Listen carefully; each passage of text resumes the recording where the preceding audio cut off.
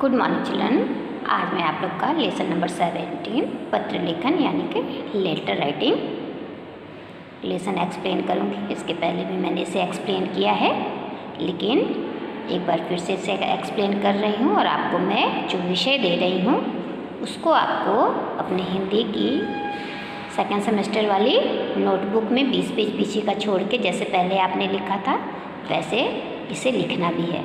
तो आपको मैं स्टार्ट करती हूँ, आपको आता है फिर भी मैं इसे एक बार और एक्सप्लेन करती हूँ। तो पत्र लेखन क्या है और पत्र लिखने के लिए क्या करना पड़ता है, तो आप देखिए। पत्र लिखना एक कला है।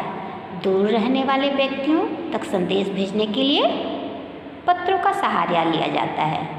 तो पहले के ज़माने में मोबाइल फ़ोन्स, ईमेल, ये सब फैक्स वगैरह नहीं थे, तो लोग पत्रों के सहारे ही एक दूसरों को संदेश भेजते थे।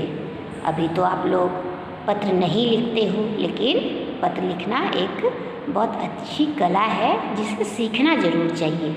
भले ही हम ईमेल में, मैसेजेस में, व्हाट्सएप में अपने मैसेज भेज देते हैं, लेकिन कहीं कहीं पत्रों का व्यवहार ज़रूर होता है। जैसे अगर आपको स्कूल में एडमिशन के लिए यानी कि नामांकन के लिए या स्कूल से स्थानांतरण के लिए कोई भी पत्र लिखना होता है तो आपको लिखित पत्र ही देना पड़ता है, यानी कि एप्लीकेशन देना पड़ता है। तो उसके लिए भी आपको ये ज़रूरी है सीखना। तो इसमें मैं एक्सप्लेन करती हूँ। पत्र के 2 प्रकार होते हैं। पत्र के कितने प्रकार हैं? 2 प्रकार हैं। पत्र मुख्यतः रूप से 2 प्रकार के होते हैं। कौन कौन से? औपचारिक पत्र और अनौपचारिक पत्र। औपचारिक पत्र क्या होता है? औपचारिक पत्र जिन लोगों के साथ हमारा निजी संबंध नहीं होता उन्हें औपचारिक पत्र लिखा जाता है, जैसे किसी अधिकारी, संपादक या थानेदार अथवा अपने स्कूल के प्रिंसिपल। कहीं भी गवर्नमेंट जॉब में आपको जाना है या स्कूल किसी भी प्राइवेट जॉब में जाना है तो वहाँ आपको पत्र लिखकर ही आवेदन करना पड़ता है, यानी कि बायोडाटा वगैरह देना होता है। तो वो भी क्या है? एक तरह का पत्र ही है। तो ये हम किससे लिखते हैं? जिन लोगों से हमारा निजी संबंध या ना आपसी संबंध नहीं होता है। उसी तरह दूसरा क्या है? औपचारिक पत्र। अनौपचारिक पत्र। अनौपचारिक पत्र क्या होता है?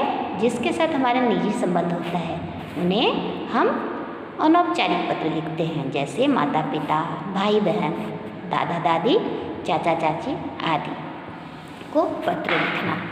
तो बच्चों अभी जो हम देख रहे हैं, नीचे देखो आप, जिसको हम पत्र भेज रहे हैं उनका नाम, पता आदि लिफाफे के ऊपर लिखा जाता है। जैसे देखो ये एक लिफाफे का चित्र है जिसके ऊपर हम जिसको पत्र भेज रहे हैं तो यहाँ सेवा में लिखना होता है और जिसको हम भेज रहे हैं उनका नाम लिखना है और नीचे पता लिखना है, और हमें ऊपर में एक डाक टिकट भी लगाना है, नहीं तो हमारा पत्र नहीं पहुँचेगा। और पत्र भेजने वाले प्रेषक का नाम लिफाफे के निचले हिस्से पर लिखा जाता है, यानी कि दूसरी साइड में जहाँ पे देखो पत्र, ये लिफाफे के पीछे में हम यहाँ पर अपना, ये देखो यहाँ पे हम यहाँ बीच में भी लिख सकते हैं, यहाँ से भी स्टार्ट कर सकते हैं, लेकिन अपना पता भी लिखना होता है, क्योंकि किसे आपने पत्र भेजा तो ये पत्र पाएगा तो उसको तुरंत समझ में आएगा कि ये निधि मिश्रा ने पत्र भेजा है, जो आदर्श एकेडमी छात्रावास में रहती है और वो पश्चिम बंगाल में रहती है। तो एक लिफाफे को भेजने के लिए, लिफाफे के अंदर पत्र को भेजने के लिए उसमें भेजने वाले का पता नीचे लिखा होता है और जो उसको हम पत्र भेज रहे हैं उसका सामने में पता होता है, एक डाक टिकट भी लगाया जाता है। या सरकारी पत्रों में विषय भी लिखा जाता है, किंतु अनौपचारिक या पारिवारिक पत्रों को लिखते समय विषय लिखने की आवश्यकता नहीं होती है। किसमें विषय लिखने की आवश्यकता नहीं होती है? पारिवारिक पत्र अथवा अनौपचारिक पत्र में। इसके अलावा कुछ ध्यान रखने योग्य बातें भी हैं जिन्हें पत्र लिखते समय हमें हमेशा ध्यान में रखना चाहिए। पत्र लिखते समय कुछ बातों का ध्यान रखना जरूरी है। पत्र की भाषा सरल, सहज और स्पष्ट होनी चाहिए हमें, यानी कि पत्र में कुछ बनावटी भाषा का प्रयोग नहीं करना चाहिए, एकदम सरल भाषा में लिखनी चाहिए ताकि पत्र पढ़ने वाले को सब कुछ समझ में आ जाए। जिसको पत्र लिखा जा रहा है उसके लिए उचित संबोधन का प्रयोग करना चाहिए। संबोधन मतलब अभिवादन, अगर कोई बड़े हैं तो पूजनीय, और अगर कोई छोटा है तो उसे स्नेह का पत्र, स्नेह द्वारा संबोधित किया जाना चाहिए। प्रिय शब्दों का प्रयोग करना चाहिए। औपचारिक पत्रों के संबोधन के तौर पर मान्यवर, महोदय, महोदया आदि का प्रयोग होता है। कौन से? औपचारिक पत्रों के संबोधन में।